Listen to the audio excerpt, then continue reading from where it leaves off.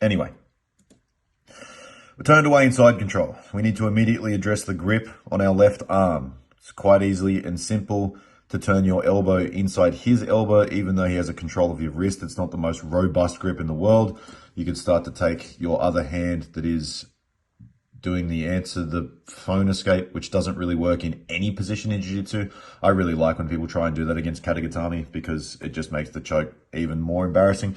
Let's not just have our hands on our heads for no reason and start to use self-frames if we're turned into our training partner, not turned away.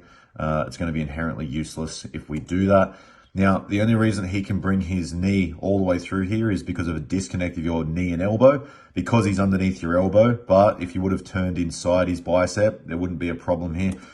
When he starts to come over into mount, you could also use your right elbow and your right knee together so that he has nothing to be able to secure the mount with. You put him immediately into a quarter guard instead of turning back in and then back into half guard. So you managed to send him off, possibly just by strength. It looks like it to me. There's no kipping involved or no bridging involved. He ends up backstepping, coming back into top position. Probably feel like you're going around in circles and circles. This is the perfect time to be using self-frames. That's a great idea. Just be careful that we're not throwing our elbow to the outside of the body. We're keeping inside frames yet again. This is the perfect candidate with his hip position to be able to start to walk your hips away, invert your foot to the ceiling, your knee to the floor, and then bring that this right knee into the pocket of the hip.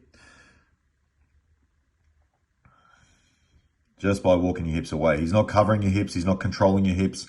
Should be no reason why you can't do that. Bridging into him here isn't necessarily going to be very useful. And we can always stop their knee coming up and over by inserting our knee in forms of like a side guard, stopping them from coming over back into mount.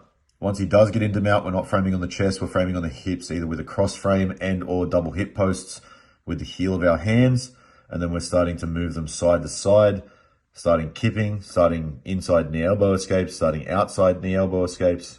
You do a really good job there taking his center line off of yours, albeit at the chest level, should be at the hip level. You would have got more purchase on that. But as soon as you get to this position, take your right hand, which is your bottom hand along the side of the floor, into his left knee, a C-post inside the hamstring where the hamstring meets the calf, and then scoot your hips backwards. He has no ability to follow you with the left leg, and you can easily bring your bottom knee inside, putting him into Urumi Ashigarami, and then stopping the defensive cycles back into offensive cycles.